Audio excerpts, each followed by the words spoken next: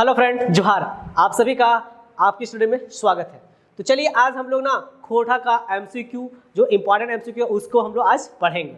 ठीक है, तो आप इसको पढ़ने से पहले क्या कीजिएगा, सबसे पहले खुद से आप आंसर कीजिएगा। ठीक है, आप देखिएगा कि इसमें 20 क्वेश्चन जो है 20 क्वेश्चन में आप कितना आंसर कर पा रहे हैं, कितना आपने सही किया, और हमारे साथ फिर इसको आंसर को मैच कराइएगा। ठीक है, और इसके साथ जो एक्सप्लेनेशन हम बताएंगे उसे आप सुनने का कोशिश कीजिएगा। ठीक है, तो चलिए स्टार्ट करते हैं क्वेश्चन नंबर 1 से। ये सारे क्वेश्चन इंपॉर्टेंट क्वेश्चंस हैं, आपको इससे बहुत कुछ जानकारी को मिलेगा। तो देखिए पहला क्वेश्चन है बैगन पोड़ा। ठीक है, कि बैगन पोड़ा कविता में बैगन पोड़ा हिया केकर प्रतीक लागे, यानी बैगन पोड़ा। तो सबसे पहले जानना आपको कि बैगन पोड़ा जो है यह कविता कौन सा कविता संग्रह में सम्मिलित है। ठीक है, तो यह जो कविता है यह लिया गया एक मौनी फूल से। याद रखना है कि एक मौनी फूल से लिया गया। अब एक मौनी फूल का मतलब क्या होता है? एक मौनी फूल यानी जैसे मौनी में क्या होता है, हम लोग अलग अलग फूल रखते हैं, है ना, अलग अलग फूल। तो उसी तरह से एक मौनी फूल कविता संग्रह में क्या है, संतोष कुमार महतो जी जो इसके लेखक हैं या कवि हैं, वो क्या किए, अलग अलग कविताओं का क्या संकलन किए हैं। कुछ कविताएं इसमें क्या फिंगाटी है यानी व्यंगात्मक है, कुछ कविताएं क्या विचारात्मक है, कुछ प्रतीकात्मक है, तो कुछ समीक्षात्मक है, यानी अलग अलग कविताओं के क्या है संकलन है। इसीलिए इसका नाम रखे हैं एक मौनी फूल। तो याद रखना एक मौनी फूल में कुल जो है वो 31 कविता है। कितना कविता? 31 कविता है, जिसमें पहला जो कविता है वो प्रार्थना है और अंतिम कविता है विदाई। उसी में से एक कविता है जिसका नाम है क्या चीज, बैगन पोड़ा, जिसमें बैगन पोड़ा बताते हैं कि यहाँ के क्या चीज है, प्रतीक है। तो यहाँ झारखंडी खान पान के बारे में बताते हैं कि हमारा जो झारखंड का जो खान पान है ना बहुत ही क्या अलग है ना, वो कि जे ना खैबा जिलेबी पेड़ा ऊ मिल तो तोहरा बैगन पोड़ा में, यानी आप जिलेबी पेड़ा जो खा रहे हैं जिसको खा करके आपको क्या पेट भी खराब हो सकता है, लेकिन बैगन पोड़ा जो आप खाते हैं तो क्या होता है, यानी बैगन पोड़ा यानी बैगन का भत्ता। क्या हो गया? बैगन का भत्ता, यानी बैगन का क्या होता है, चोखा, वो एक तरीके से क्या स्वादिष्ट है। तो वही बता रहे हैं किसके, झारखंडी खान पान के बारे में बता रहे हैं। तो याद रखना बैगन पोड़ा का मतलब क्या होता है, बैगन का चोखा, बैगन का भत्ता, इस तरह से, है ना। उसका बनाने का भी पूरा तरीका से उन्होंने इस कविता के माध्यम से समझाने का प्रयास किया है। तो याद रखना बैगन पोड़ा का मतलब क्या होगा, झारखंडी खान पान। दूसरा क्वेश्चन है कि छगरी के गोड़े तेल दिए हो, तो छगरी के गोड़े तेल दिए हो तो मतलब ये की लाग है। तो यह याद रखना एक तरीके से पटतैर है। पटतैर का मतलब क्या होता है, उदाहरण। जब किसी को हम लोग कुछ कहते हैं ना तो उसी तरह बोला कि है ना कि समय पर आपको छगरी के गोड़ ना ये बोलता कि तेल दिए हो, तो एक तरीके से क्या है मतलब सबसे तुच्छ चीज जो होता है उसको भी आपको क्या करना, सम्मान करना पड़ेगा, है ना। कि जब आपको बहुत समय खराब हो जाता है तो सबसे तुच्छ चीज जो होता है उसको भी आपको इज्जत स्वभाव देना पड़ेगा। तो वही बोल रहे हैं कि छगरी के यानी बकरी के गोड़ को तेल देना। एक तरीके से क्या उदाहरण, जब हम किसी बात को देते हैं तो वो था। तब पटतैर का मतलब क्या होता है, उदाहरण, ये भी याद रखना। अगला क्वेश्चन है कि खोटा निबंध कैसन निबंध है। तो सबसे पहले जानना है कि खोटा निबंध जो है इसके लेखक कौन है। तो इसके लेखक जो है वो है डॉक्टर, ठीक है, याद रखना है कि डॉक्टर कौन है, BN ओहदार, जिनका पूरा नाम क्या होता है, तो भोगनाथ ओहदार। इनका जन्म कहाँ होता है, तो 2 सितंबर, याद रखना है कि 2 सितंबर 1952 को होता है। कहाँ पर, तो चेटरगांव रामगढ़ में पड़ता है। इनको खोटा में शब्द सांची के नाम से भी जाना जाता है। ठीक है, याद रखना।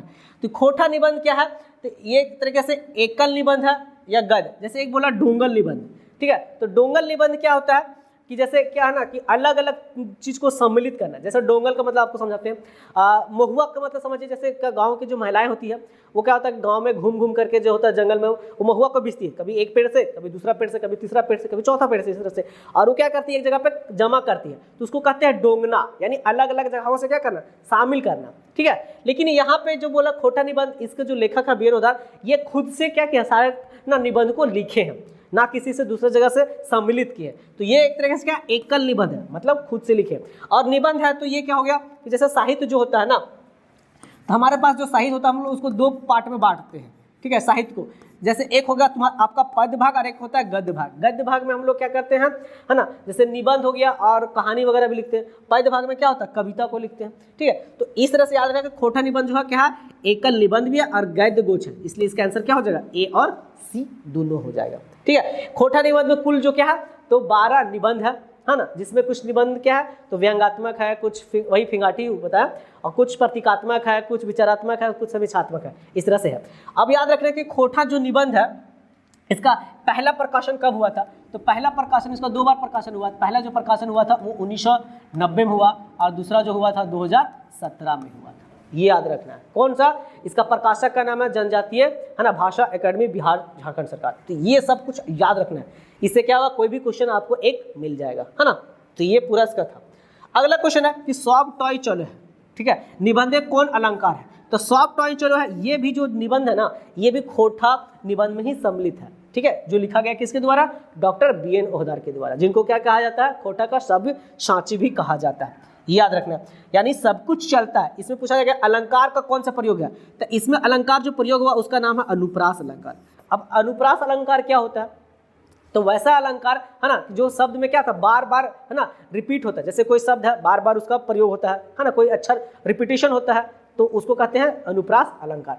तो यहाँ पे भी वही चीज़ हो रहा है कि सॉफ्ट टॉय चले में क्या हो रहा है, सब चीज़ के कभी लेखक बताते हैं कि सब कुछ चलता है, लाठी भी चलता है, सजीव भी चलता है, निर्जीव चलता है, पृथ्वी पे चलता है, आँख भी चलता है, जीभ भी चलता है, जुबान भी चलता है, ठीक है, कैंची नियर भी चलता है, सब कुछ चलता है। इसीलिए कैसा हो गया ये अनुप्रास अलंकार। तो ये भी आपको याद रखना है, ठीक है, ये भी आपसे पूछा जा सकता है।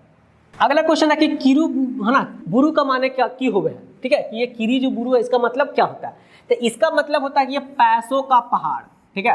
तो यदि आपके पास बहुत सारा पैसा हो गया यानी किरु बुरु हो गया, ठीक है, तो याद क्या रखना, किरु बुरु का मतलब डायरेक्ट पूछा जाएगा, इसका माने क्या होता है? तो पैसों का पहाड़।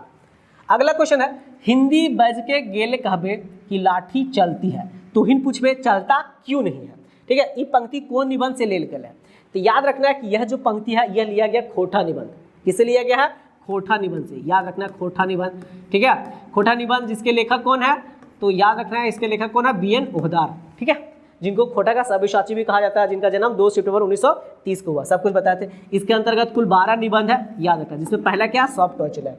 तो इसमें भी बता रहा कि ये चलता, बैच के गेल का मतलब होता है कि बोलते हैं आपकी लाठी क्या चलता है, चलती नहीं है। तो ये किस में लिया गया? तो यह लिया गया किसमें? सॉफ्ट टॉय चला में। किसमें लिया गया है? सॉफ्ट टॉय चला। आप यहाँ पे कंफ्यूज करके इसमें मार सकते हैं कि बखेड़ा बखेड़ा लिंग बखेड़ा में लिया गया, लेकिन नहीं, किसमें? सॉफ्ट टॉय चले में बोलते हैं ना लेखक कि जो लाठी है वो चलती है। आप ऐसा क्यों नहीं कहते हैं कि चलता है, ठीक है। तो एक तरीके से व्यंग करके वहाँ बताया, उन्होंने बताया था कि जो व्याकरण को जो बनवैये लोग हैं उन्होंने उस चीज को वैसा ही किया था। तो याद रखना किसमें? सॉफ्ट टॉय चले में किया है। अगला क्वेश्चन है कि रोका शब्द का उल्टा अर्थ बताओ, यानी रोका का मतलब क्या होता है? तो रोका का मतलब होता है ताजा। क्या होता है? ताजा, यानी एक तरीके से फ्रेश, ठीक है। तो इसका उल्टा क्या हो जाएगा? बासी हो जाएगा। क्या हो जाएगा? बासी। कि जब कोई खाना ताजा होता है, फ्रेश होता है, तो उसको हम लोग रोका कह सकते हैं, ठीक है। उल्टा इसका क्या हो जाएगा? बासी। तो ये कुछ याद रखना। अगला क्वेश्चन है कि संज्ञा के अवजी अवैया शब्द के की कहल जाए, यानी संज्ञा के जो बदले में आता है उसको क्या कहते हैं? तो याद रखना उसको क्या कहते हैं हम लोग? सर्वनाम कहते हैं, ठीक है। यानी संज्ञा के बदले में आने वाले शब्द को क्या कहते हैं? सर्वनाम कहते हैं, ठीक है। सर्वनाम का हम लोग प्रयोग क्यों करते हैं? तो सर्वनाम का इसलिए प्रयोग करते हैं कि जैसे कोई शब्द है बार बार उसका प्रयोग हो रहा है, बार बार उसका रिपीटेशन हो रहा है, ठीक है, तो उस रिपीटेशन को कम करने के लिए हम लोग सर्वनाम का प्रयोग करते हैं। कि जैसे बोल रहे हैं राम पढ़ो है, ठीक है, पढ़े, राम स्कूल जा है, राम घूमो है, ठीक है, राम टहलो है, तो क्या कर रहे हैं? बार बार राम राम बोल रहे हैं ना, तो उस राम को हटाने के लिए हम लोग कर सकते हैं कि राम पढ़ो है, ठीक है, वो पढ़े तेज है, वो स्कूलो जो है, वो घूमो है, वो टहलो है, वो खाओ है, वो डांसो करो, तो क्या करें? उसके जगह पे हम लोग ऊ का प्रयोग करें, यानी राम के जगह पे हम लोग क्या प्रयोग किया? तो ऊ प्रयोग किया। तो ये जो ऊ जो हो जाएगा ना, ये एक तरीके से क्या है? सर्वनाम है। ये क्या हो जाएगा? सर्वनाम। तो कुल मिला के याद रखना है कि सर्वनाम का हम लोग उपयोग करते हैं कोई शब्द को बार बार रिपीटेशन को कम करने के लिए, बार बार उस शब्द को जो दोहराते हैं उसको कम करने के लिए। तो याद रखना है। और संज्ञा के अवजी आने वाला है, यानी संज्ञा के बदले में आता है। तो संज्ञा फिर क्या हुआ जी? तो संज्ञा वैसन शब्द को कहते हैं जिससे किसी ठाव को, ठेकान, स्थान, जगह, है ना, इस सब का बोध कराता है, तो उसको कहते हैं संज्ञा। जैसे राम, मोहन, हिमालय, चतरा, इस तरह से क्या कोई खास, तो कोई खास जगह के नाम ठेका, यानी संज्ञा केकरो नाम के कहल जाए, ये याद रखना है, ठीक है। चलिए याद। अब संज्ञक पूछा जाएगा संज्ञक भेद कितना होता है? तो संज्ञक 5 भेद होता है, जैसे जायतवाचक संज्ञा, व्यक्तिवाचक संज्ञा, समूहवाचक संज्ञा, ठीक है, भाववाचक संज्ञा, ठीक है, इस तरह से संज्ञा के सब भेद होते हैं। अगला क्वेश्चन है कि 20 सूत्री कार्यक्रम केकरा चलावल कार्यक्रम लागे, तो ये किसका चलाया हुआ कार्यक्रम है? तो 20 सूत्री कार्यक्रम याद रखना है कि इंदिरा गांधी चलाया कार्यक्रम है। किसके द्वारा? इंदिरा गांधी के द्वारा चलाया कार्यक्रम, क्योंकि इंदिरा गांधी ये कब चलाया गया था? तो याद रखना 1975-76 के बीच में, 1975 और 76 के बीच में, जब भारत में क्या हुआ? अकाल पड़ा था, इमरजेंसी लगा था, वो उस समय ये चलाया गया था कार्यक्रम, ठीक है। तो याद रखना है। और ये जो कविता है ये एक तरीके से कविता से लिया गया है, विशुद्ध कार्यक्रम। ये किस में लिया गया? तो आँखी गीत में लिया गया, ये भी याद रखना आपको, ठीक है। ये किस में लिया गया? आँखी गीत में लिया गया, जिसके कवि कौन है? तो श्रीनिवास पांडुरंग जी, ठीक है। श्रीनिवास पांडुरंग जी का जन्म कब हुआ था? तो ये भी आपको याद रखना है। इसका जन्म हुआ था, है ना, 25 दिसंबर, ठीक है, 1920 को, ठीक है। इनके जन्म दिवस पर हम लोग क्या करते हैं? खोटा दिवस मनाते हैं। तो ये सब कुछ याद रखना है ना। तो याद रखना है किसका? विश्व कार्यक्रम को कौन किया था? इंदिरा गांधी। कब? तो 1975-76 के दरमियान में, ठीक है। और ये जो कविता लिया गया किससे? आँखी गीत खोटा कविता में लिया गया। तो देखिए अगला क्वेश्चन है बाबा धाम, कि बाबा धाम कौन रकबे समास है? याद रखना बाबा धाम जो कौन रकबे समास है? बहुब्रीहि समास, ठीक है। अब पूछा जाएगा कि बहुब्रीहि समास केकरा कहल जाए? तो बहुब्रीहि समास वो समास होता है कि जिसका अर्थ कुछ तो अर्थ होता है लेकिन उसका मीनिंग और कुछ निकल जाता है। जैसे आपको बोला जाएगा लंबोदर, अर्थात क्या होगा? जिसका लंबा हो उदर, यानी किसको हम लोग बोलते हैं? तो ये बोलते हैं किसको? गणेश को, है ना। गणेश को तो बोल रहे हैं लंबोदर, लेकिन अर्थ कुछ और निकला, लेकिन हो क्या गया? अलग। तो उसको कहते हैं हम लोग बहुब्रीहि समास। और समझिए जैसे दशानन, दशानन क्या हो गया? जिसका 10 हो आनंद, यानी जिसका 10 हो शर, यानी दशानन। तो क्या हो गया? वो रावण को हम लोग कहते हैं। तो उसी प्रकार यहाँ पे समझिए बाबा धाम, यानी बाबा का धाम, यानी जैसे हम लोग शिव का घर, है ना। तो शिव, ये किसके लिए होगा? है ना, शिव जी के लिए। लेकिन इसका अर्थ होता है बाबा धाम कहाँ है? देवघर में। तो इस तरह से कुछ याद रखना है कि ये क्या होगा? बहुब्रीहि समास हो गया। फिर उसी तरह से देखिए द्वंद्व समास क्या हो गया? द्वंद्व समास में क्या? दोनों पद जो थे क्या होता है? प्रधान होता है। जैसे आपसे बोला जाएगा कि माता पिता, क्या हो जाएगा? तो माता और पिता दोनों एक साथ है, एक को हटा देंगे तो नहीं बन सकता है। फिर भाई बहन, इस तरह से। तो ये सब क्या हो जाएगा? द्वंद्व समास हो जाएगा। तत्पुरुष क्या होता है? तत्पुरुष में जो होता है कि उसमें दूसरा पद प्रधान होता है। दूसरा पद कैसे प्रधान होता है? तो जैसे बोल दिया हम लोग गंगा जल, यानी गंगा के जल। कौन सा जल के बारे में बात करा? तो गंगा के जल। तो इस तरह का जो होता है उसको कहते हैं हम लोग तत्पुरुष, ठीक है। तो ये था कुछ इससे। हाँ चलिए अब अगला क्वेश्चन देखिए। बोला कि खोरठा हाय खोरठा में सियार के कर प्रतीक है, यानी सियार किसको बोला गया? तो सियार यहाँ के बोला गया है, ठीक है, बाहरी लोग को, ठीक है। याद रखना किसको बोला गया? बाहरी लोग को। हाँ, इसमें जो इसके कवि कौन है? तो कवि इसके हैं श्रीनिवास पांडुरंग जी, जिसको हम लोग क्या कहते हैं? आदि कवि के भी नाम से जानते हैं, ठीक है। इनको खोटा का भीष्म पितामह भी बोला जाता है, खोटा का वाल्मीकि भी बोला जाता है, खोटा का, ठीक है, इनको टैगोर भी कहा जाता है। इन सब निक नामों से इनको बोला जाता है। क्यों? क्योंकि ये सबसे पुराने कवि और लेखक थे, शुरुआत दौरान से ही चालू किए थे। इनका कहना है कि खोटा के लोग यहाँ के जो प्रति है, खोटा लोग अपना नहीं रहे, दूसरी भाषाओं को क्या कर रहे? अपना रहे। खोटा को जो अपना हमारा क्या मातृभाषा उसको छोड़ रहे हैं। तो वही बोलते हैं कि उनका हाल वैसा ही हो जाता है जैसा एक होता है किसका? धोबी का कुत्ता का, ना घर का होता है ना घाट का होता है, ठीक है। इस तरह से यानी उस लोगों को बोल रहे हैं कि आप खोटा के प्रति आइए, खोटा को अपना मातृभाषा उसको पढ़िए, उसको जानिए, उसके बारे में बनाइए, ठीक है। तो वही बोलता है कि खोटा हाय खोटा है, यानी खोटा जो लोग अपना नहीं रहा ना उसके बारे में ये बोल रहे हैं। तो याद रखना है। अगला क्वेश्चन है सालुक फूल, कि सालुक फूल का माने की हुए? तो याद रखना आपको सालुक फूल का मतलब होता है किसका? कमल का फूल, कि कमल का फूल को हम लोग क्या कहते हैं? सालुक फूल। तो याद रखना। अगला क्वेश्चन है पांडुरंग जी की लिखल कविता नाच बांदर नाच रे में यहाँ बांदर किसको कहाँ केकर प्रतीक है? तो याद रखना है कि यह जो है ना जो बांदर बोले हैं वो बोले किसके? झारखंड के लोगों को। अब बाहरी लोगों को क्या बोले हैं? वो मदारी बोले हैं। क्या बोले हैं? मदारी।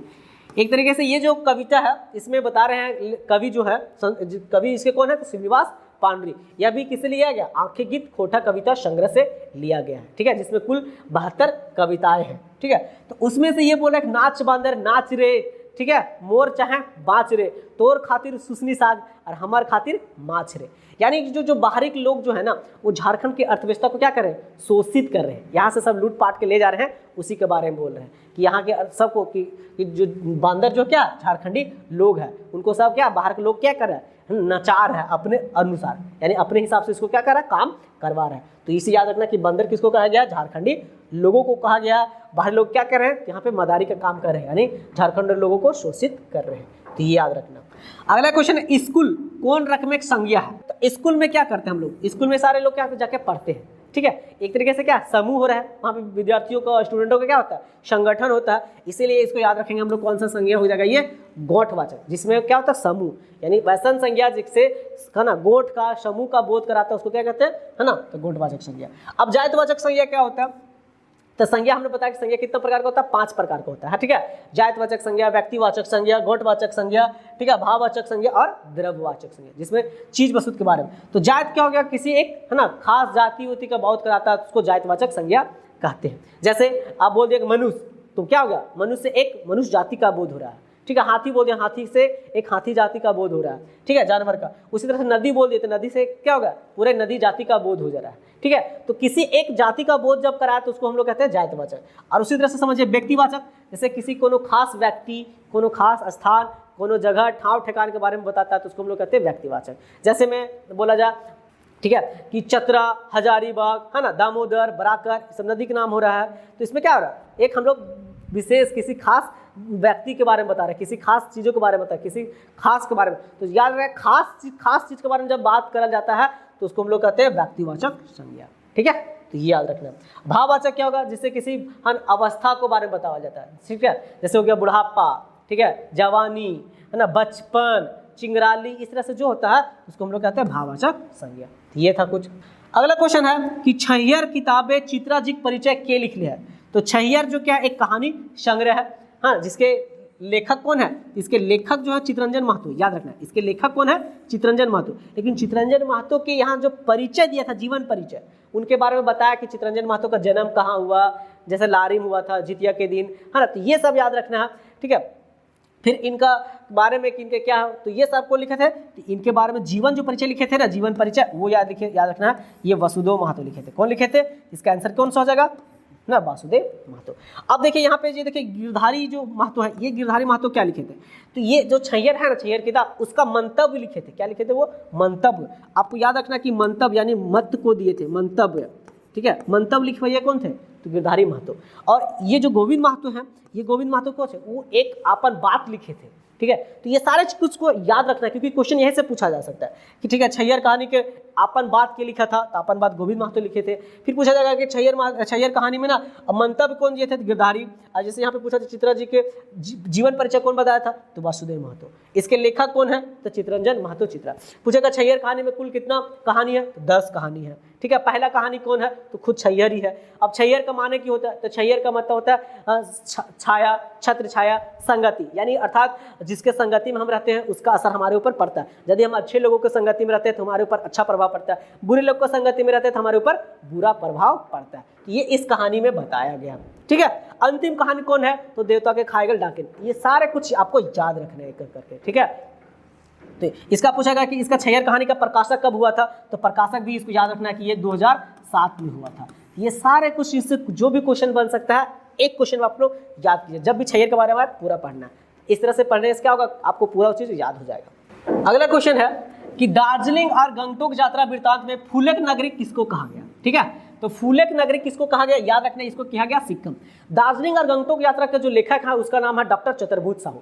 वो क्या है, प्रोफेसर होते हैं। वो प्रोफेसर वो क्या करते हैं, जाते हैं अपने विद्यार्थियों को लेकर के कहाँ, तो यात्रा कराने के लिए। कहाँ पे, तो गंगटोक या फिर जो बोल रहे हैं कि दार्जिलिंग वगैरह सब। ठीक है, तो वहाँ जो जो चीज़ जाते हैं उनका अनुभव करते हैं, वो बताते हैं। तो उसी दौरान जब फूलेक नगरी किसको कहा गया, तो वो सिक्किम को। ठीक है, वो उसमें सिलीगुड़ी भी जाते हैं, बंगाल भी जाते हैं, कोलकाता, हावड़ा, वहाँ पे। ठीक है, 30 विद्यार्थियों के साथ जाते हैं, लेकिन 3 विद्यार्थी आपको पूछा जाएगा कहाँ भुला जाता है, तो हावड़ा में भुला जाता है। फिर उन लोग कहाँ मिलता है, तो उन लोग होटल में मिलता है। ठीक है, जब उन लोग वहाँ पे जाता है, कहाँ पे, दार्जिलिंग, तो दार्जिलिंग में उन लोगों को बहुत ठंडा रहता है। ठंडा के दौरान में क्या होता है, और रास्ते में जाता है तो खाने पीने की चीज़ों में नहीं मिलता है, वहाँ पे जो जानवर कटा हुआ रहता है वो सारा कुछ वहाँ पे मिलता है। तो ये सारे कुछ न पॉइंट याद रखना है ताकि आपको ये सब याद रखें। तो याद रखना, तो इसका आंसर क्या हो जाएगा, सिक्किम। ठीक है, लेखक कौन हुए, डॉक्टर चतुर्भुज साहू। ठीक है, अगला क्वेश्चन है कि खजारी शब्द कर सही माने छाटा। तो खजारी का मतलब होता है मूढ़ी। हाँ, मूढ़ी क्या होता है, चावल से बना होता है ये, है ना, धान से, ये भी खाने का चीज़ है। तो याद रखना है कि खजारी का मतलब क्या होता है, मूढ़ी। अगला क्वेश्चन है पैखाड़क। ठीक है, ये पैखाड़क शब्द सही माने क्या हुआ, तो पैखाड़क का मतलब ये एक तरह से याद रखना है, बुद्धिमान होता है। फन बोल सकते हैं, चनफन। ठीक है, कि जैसे कोई बुद्धिमान व्यक्ति है ना, तो उसको कह सकते हैं। हाँ, अर्थात इसका क्या हो जाएगा, चालाक। जो चालाक है, बुद्धिमान है, तेज है, उसको हम लोग क्या कहते हैं, पैखाड़क भी कह सकते हैं। ठीक है, तो ये याद रखना। अगला है क्वेश्चन, सब टॉय चले हैं निबंधे कौन शब्द में अनुप्रास अलंकार है। ठीक है, कौन शब्द में अनुप्रास अलंकार है, तो कौन शब्द में है, इसमें चल शब्द में। ठीक है, सब टॉय चले के लेखक कौन है, तो याद रखना डॉक्टर BN होदार है। ठीक है, जिनका जन्म कब हुआ था, 2 सितंबर 1952 को चेटर रामगढ़ में हुआ था। इनको साबी सांची भी कहा जाता है। ये क्या थे, इन्होंने क्या किया था, तो खोटा में जो लिखा गया था अनुदितांजलि, यानी दुष्यंत कुमार और बहादुर जफर के गजलों का भी अनुवाद किया था। ये लुआठी और तितकी पत्रिका के संपादक भी रह चुके हैं। ठीक है, इनको श्रीनिवास पांडे सम्मान भी मिल चुका है 2017 में। 1990 में इनको ना खोटा रत्न भी मिल चुका है, तो याद रखना है। ठीक है, तो इसमें इस जो सब टॉय चले जो निबंध है, इसमें क्या है, ये बोलते हैं सब कुछ चलता है। ठीक है, तो इसमें अनुप्रास अलंकार किसमें, चल शब्द, क्योंकि सब कुछ क्या चलने की बात बताते हैं। ठीक है, अनुप्रास अलंकार क्या है, तो वैसे शब्द को कहते हैं, है ना, कि जो क्या होता है शब्द में बार बार आता है, तो उसको अनुप्रास अलंकार याद रखें। अगला क्वेश्चन है, खोटा कविता संग्रह आंखी गीत के पहल प्रकाशक के हैं। अब देखिए इसका जो याद रखना है कि इसका जो प्रकाशक की बात हुआ था, तो प्रकाशक इसका 2 बार हुआ था। ठीक है, एक बार हुआ था 2000 में, ठीक है, और दूसरा हुआ था कितना, 2010 में। और जब पहली प्रकाशक हुआ ना, तो इसके जो प्रकाशक थे वो थे कौन, तो ये थे श्री नारायण महतो। ठीक है, नारायण महतो कौन थे, तो श्रीनिवास पांडु जी के बचपन के दोस्त थे, साथ में पढ़ा करते थे। ठीक है, और एक वकील भी थे, तो ये भी याद रखना है। और दूसरा प्रकाशन कब हुआ, तो दूसरा प्रकाशन ये हो गया था पृथ्वी प्रकाशन। तो ये दोनों आपको याद रखना है, यानी पहला जो प्रकाशन हुआ उसके प्रकाशक कौन थे, श्री नारायण महतो थे, है ना, तो ये आपको याद रखना है इसका पहल प्रकाशन। और दूसरा जब हुआ था उसको कौन थे, पृथ्वी प्रकाशन के तहत हुआ था।